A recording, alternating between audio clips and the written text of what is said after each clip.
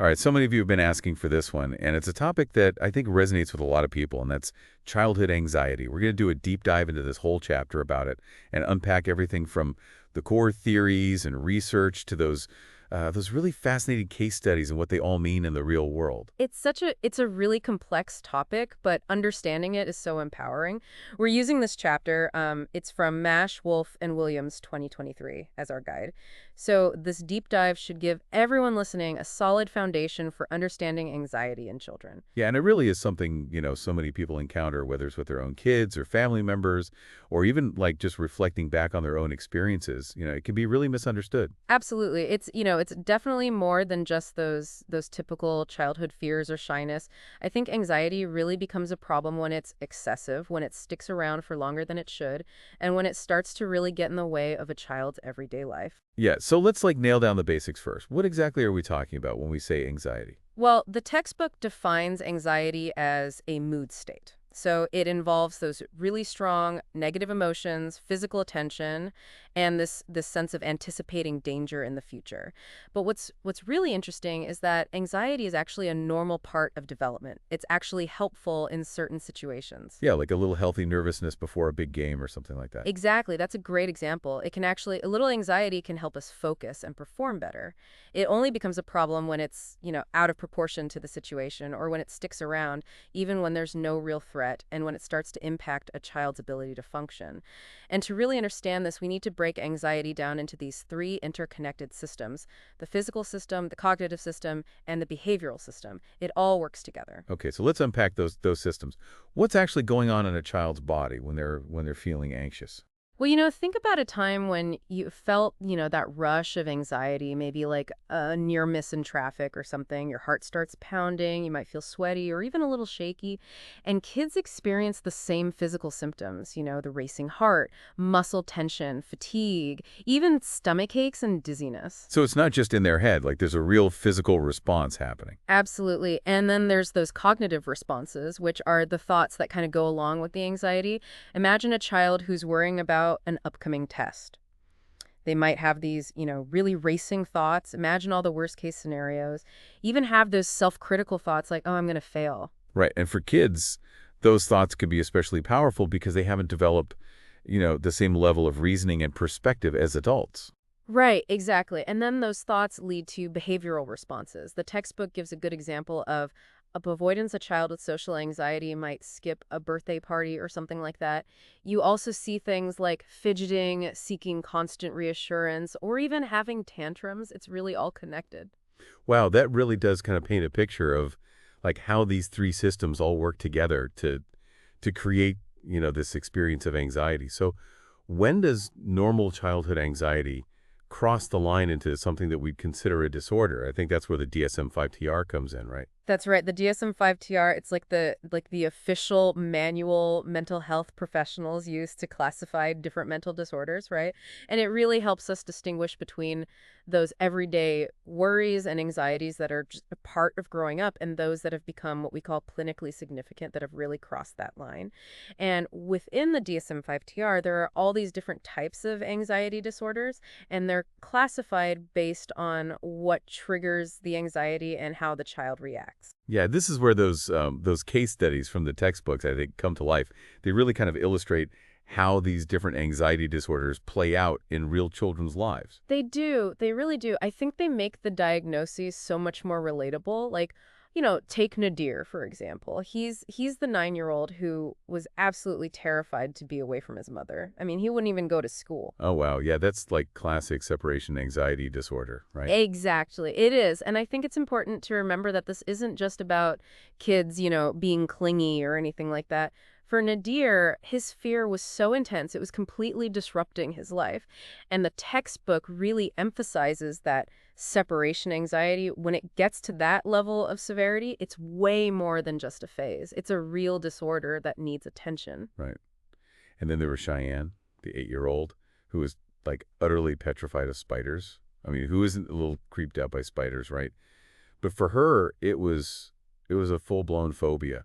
Yeah, arachnophobia, right. A classic example of a specific phobia. And what's really interesting about specific phobias is that the fear is totally out of proportion to the actual danger. Like statistically, you're way more likely to get hurt in a car accident than from a spider bite.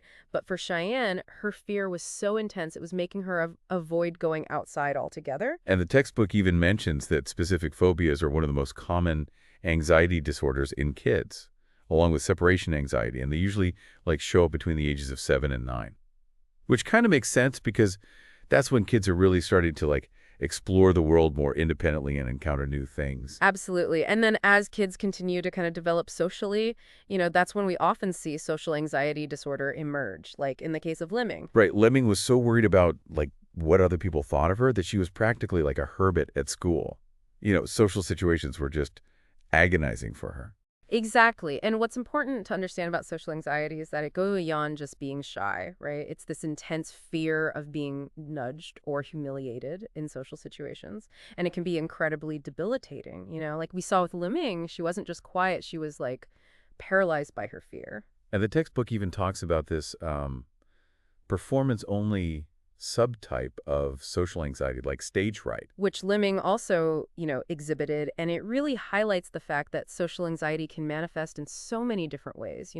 It's not just about avoiding parties or group activities. It can impact things like public speaking or even just, asking a question in class. And then we have Keisha, the 6-year-old with selective mutism. This one was really sad to read about. She could talk perfectly fine at home, but at school she wouldn't speak at all. Selective mutism is a less common form of anxiety, but it's such a powerful illustration of how anxiety can really impact a child's, communication and social development. Imagine the frustration and isolation Keisha must have felt, unable to express herself in such a critical environment. Yeah, it's just heartbreaking. It really highlights the importance of understanding these different types of anxiety disorders so we can recognize them and get kids the help they need. Absolutely. And speaking of recognizing the signs, let's move on to another type of anxiety disorder that can be, quite startling, panic disorder. Right. The textbook describes Eduarda, a 16-year-old who started experiencing these sudden, terrifying panic attacks. Oh, talk about scary. Her symptoms were so intense, the racing heart, feeling like she couldn't breathe, even fearing she was dying. And panic disorder often it pops up in adolescence, and Eduarda's case really showcases how unexpected and intense those panic attacks can be. It's like the surge of terror that just seemingly comes out of nowhere. And the textbook actually lists all sorts of physical symptoms that can happen during a panic attack. Like sweating, trembling, chest pain, dizziness, even chills or hot flashes. It's quite a list. And what's sometimes misunderstood is that the physical symptoms themselves can become a trigger. So it leads to this like vicious cycle of fear and panic. It's like a snowball effect. Wow, yeah. And finally, there's Jose, the 13-year-old, who seemed to worry about absolutely everything: school, his family's finances, you name it. And his constant worrying and fretting is like a classic example of generalized anxiety disorder. Yes, Jose's story really highlights the pervasiveness of GNE. It can really seep into every aspect of a child's life, and the textbook notes that GNE usually starts in early adolescence, and like other anxiety disorders, it can be quite persistent if it's not addressed. Yeah, it's like this low grade but constant hum of worry that never really shuts off. Exactly. And, that's why it's so important to look beyond just those like surface level symptoms and really understand the wider ripple effects of anxiety on a child's life. And that's something the chapter dives into. And it's a conversation worth having because I think it gives us so much more insight into how to support these kids. It's really easy to kind of get caught up in just the symptoms and diagnoses, but anxiety doesn't exist in a vacuum, right? It impacts a child's development in a lot of different ways. Right, and the textbook really digs into that. It talks about everything from the cognitive and social effects to emotional and even physical impacts. It's like this web that just spreads out and affects, so many different areas of their lives. It does. It does. It's really interconnected. Let's start with those cognitive impacts. Think about how hard it is to focus when your mind is like racing with worries. For kids with anxiety, that's their everyday reality. And the textbook talks about this concept called anxious vigilance. Anxious vigilance. That sounds pretty intense. It is. It basically means that the child's attention is like hyper-focused on potential threats, even when those threats aren't really there. So it's like their worry radar is always on high alert, just scanning for danger in even the safest situations. So they're missing out on all the good stuff because they're so busy looking out for the bad stuff that might not even happen. Exactly, exactly. And it impacts working memory too, right? So if a child's brain is constantly preoccupied with worry and fear, there's less space for learning and remembering new information. Oh, that makes sense. It's like their anxiety's hogging all the RAM. That's a great analogy. And it makes sense then that kids with anxiety often struggle in school. The chapter even mentions that some kids report their minds going blank during tests, even if they've studied hard. Oh, wow. It's like their anxiety's like sabotaging them even when they're trying their best. You got it. And this bleeds into those, social and emotional impacts of anxiety, too. Imagine how hard it is to make friends when you're constantly worried about what others think of you or afraid to join in. Yeah, that was like Lemming's struggle, right? She was so isolated at school because her social anxiety made it like impossible to connect with other kids. It did, and it's heartbreaking because those social connections are so crucial for kids' development. They need those opportunities to learn social skills, to build confidence, to feel like they belong. But anxiety can create this barrier that makes that incredibly difficult. Yeah, the textbook even mentions this interesting idea that anxious friends can actually like influence each other, creating this sort of shared anxiety bubble. Right.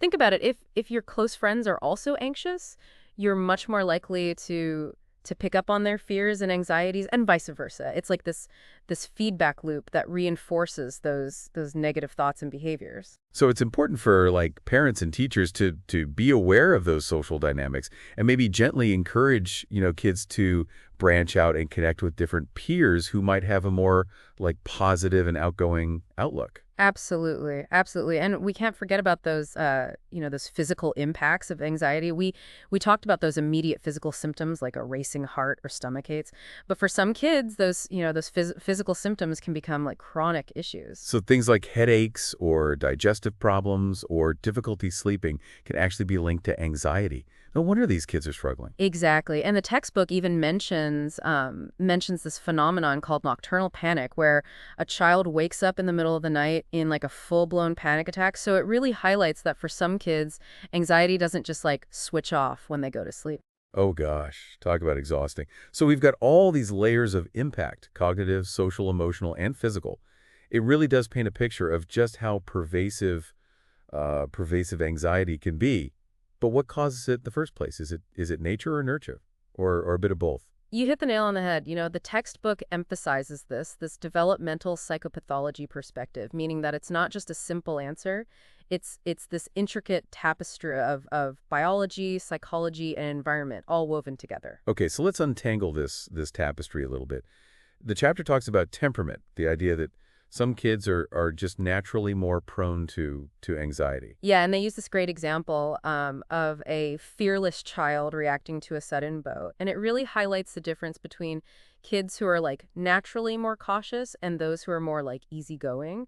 And that tendency to be more fearful and inhibited, it's called behavioral inhibition or BI for short. So kids with BI are basically wired to be more sensitive to threats and uncertainty. Yeah, exactly. They're the one who are more likely to freeze or get upset in new situations.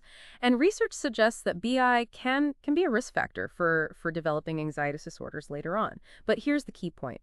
Not every child with BI develops an anxiety disorder. So while some kids might have a genetic predisposition to anxiety, it doesn't mean they're like doomed to develop a disorder. That's exactly right. Environment plays a huge role. The textbook even mentions that a parent's use of firm limits can help kids with BI learn to cope with stress and uncertainty. So it's not about being overly permissive, but about setting like clear boundaries and expectations in a loving and supportive way. Exactly. And on the flip side, overprotective parenting can really backfire. If parents constantly shield kids with BI from any potential discomfort or challenge, they really miss out on those crucial opportunities to build resilience and learn to manage their anxiety. So temperament might like set the stage, but environment plays a huge role in whether that vulnerability blossoms into a full-blown anxiety disorder. And what about genetics? Does anxiety run in families? That's a great question, and the answer is yes, but it's not as straightforward as you might think. Family and twin studies show that anxiety does tend to cluster in families, but children don't necessarily inherit the same specific disorder as their parent. Oh, interesting. So, for example, if a parent has social anxiety, their child might develop, generalized anxiety or separation anxiety instead. That's right.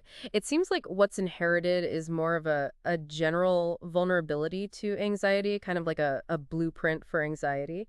But the specific structure that gets built can vary depending on the child's individual experiences. Okay, that makes sense. So it's not just about inheriting specific genes, but about how those genes interact with our environment and experiences to shape, our emotional development. Exactly. And the chapter also delves into the influence of family dynamics. And there are certain parenting practices that research suggests can contribute to anxiety in kids. Things like overprotection or overcontrol or even modeling anxious behaviors. So if a parent is constantly worried and anxious themselves, their child might pick up on those behaviors and learn to be anxious too. It's certainly possible. And it's not just about, what parents say, it's about what they do. If a parent avoids certain situations because of their own anxiety, the child might learn that those situations are dangerous and should be avoided too. Right? It's like they're inadvertently passing down their anxiety to their kids. Yeah. But here's a surprising finding from the textbook that I found really interesting.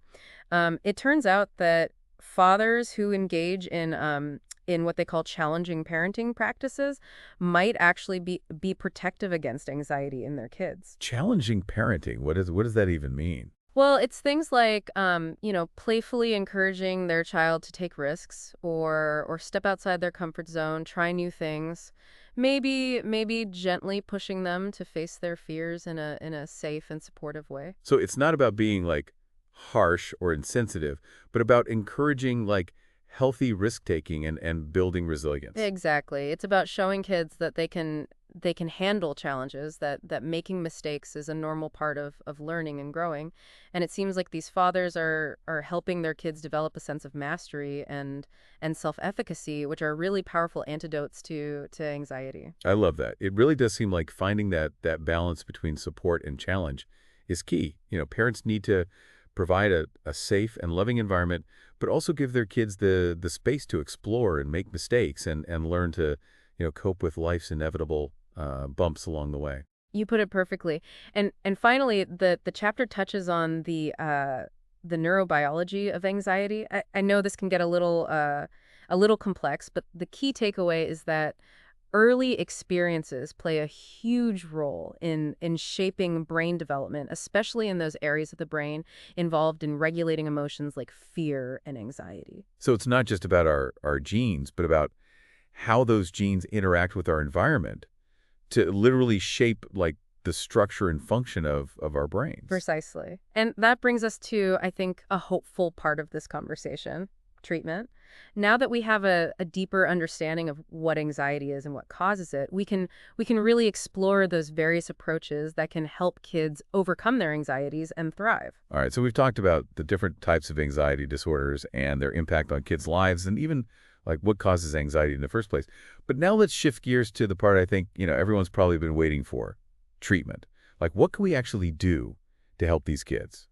Right, that's the big question. And thankfully the research offers a lot of hope. The chapter really emphasizes that effective treatments do exist and that early intervention is key. The earlier we can address the anxiety, the better the outcomes tend to be. That makes sense.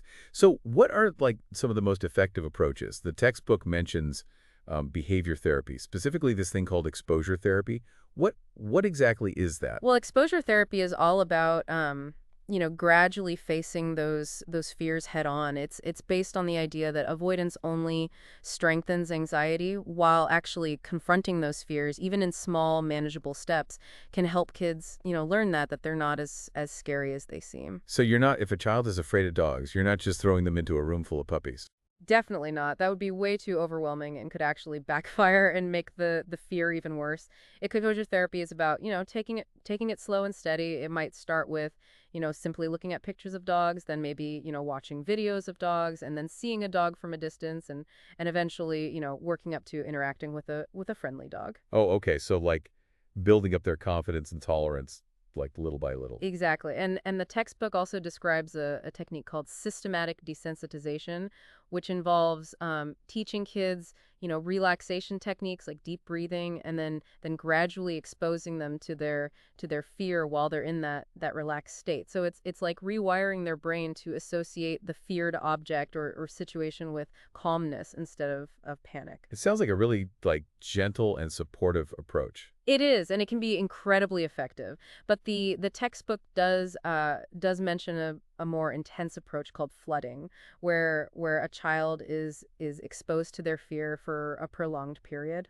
Well, that sounds pretty intense. It can be, and it's definitely not suitable for all kids or all types of anxiety. Flooding is typically used for specific phobias, and it should always be done in a controlled setting with a trained therapist, and only when the child understands the rationale behind it and feels comfortable with the process. Right. It's important to remember that therapy should never feel like punishment. It should always be a collaborative and supportive process. Absolutely, absolutely. And speaking of collaborative, another very effective treatment approach is cognitive behavioral therapy or CBT. I've heard of CBT, but I don't really like understand what it is. CBT is fascinating. It builds on those principles of behavior therapy, but it also adds this cognitive component. So it helps kids understand how their thoughts contribute to their anxiety and then teaches them skills to challenge and change those thoughts. So it's not just about changing behaviors, it's about like changing those negative thought patterns that are feeding the anxiety. Exactly, exactly. And the textbook highlights this program called the Coping Cat program, developed by Philip Kendall, as a particularly effective CBT program for kids with anxiety. And it teaches kids this fear plan, feeling frightened, expecting bad things to happen, attitudes and actions that can help, results and rewards. I love that. It gives kids this like concrete plan, this sense of agency over their anxiety. Like they're not just passive victims. They have tools they can use to manage those fears. That's right. And the research shows that the Coping Cat program has really good long-term results. Many kids who go through this program, they continue to use those skills and maintain their progress even years later. That's so encouraging. So we've got exposure therapy, systematic desensitization, CBT programs like Coping Cat. The textbook also emphasizes the importance of family interventions, especially for younger kids. Absolutely. Involving parents in the treatment process can make a huge difference. Parents can learn strategies to support their child's therapy, like reducing those accommodations that might reinforce those avoidance behaviors or creating a more supportive home environment. So like instead of letting a child with social anxiety, skip every social event, parents can work with them to gradually and safely face those fears. Exactly. It's about finding that balance between supporting their child's needs and encouraging them to stretch their comfort zone a little bit at a time. Right. And the chapter also briefly mentions medication like SSRIs. What's the role of medication in treating childhood anxiety? Well, while medication can be helpful in some cases, the textbook makes it very clear that it shouldn't be the first line of treatment for anxiety disorders in kids.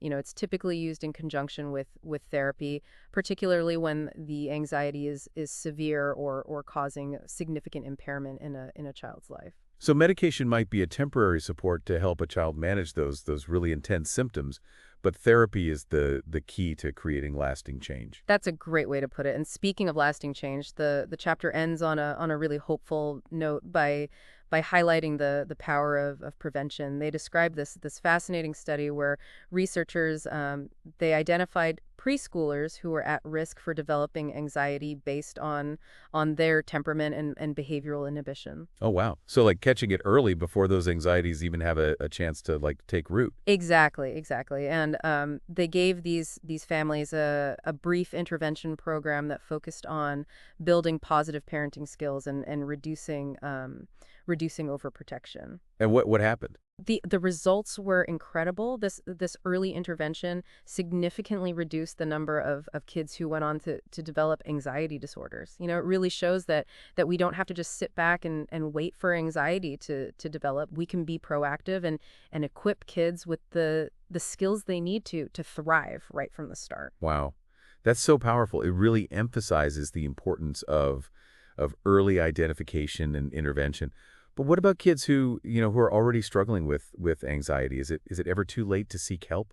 Absolutely not. While early intervention is ideal, it's never too late to seek support. And the textbook talks about this stepped care approach to treating anxiety, which means, starting with less intensive interventions and escalating as needed. So maybe starting with psychoeducation and some guided self-help strategies, and then moving to more intensive therapy if those initial steps aren't enough. That's right. It's about matching the treatment to the child's individual needs and the severity of their anxiety. And remember, there's no shame in seeking help. It's a sign of strength, not weakness. Well, this has been an incredibly enlightening deep dive. We've explored so many facets of childhood anxiety, from its symptoms and types to its causes and treatment. Yeah, and I think the key takeaway is that anxiety is complex, but understanding it is incredibly empowering. Knowledge is the first step towards action, and there are so many things we can do to support kids who are struggling.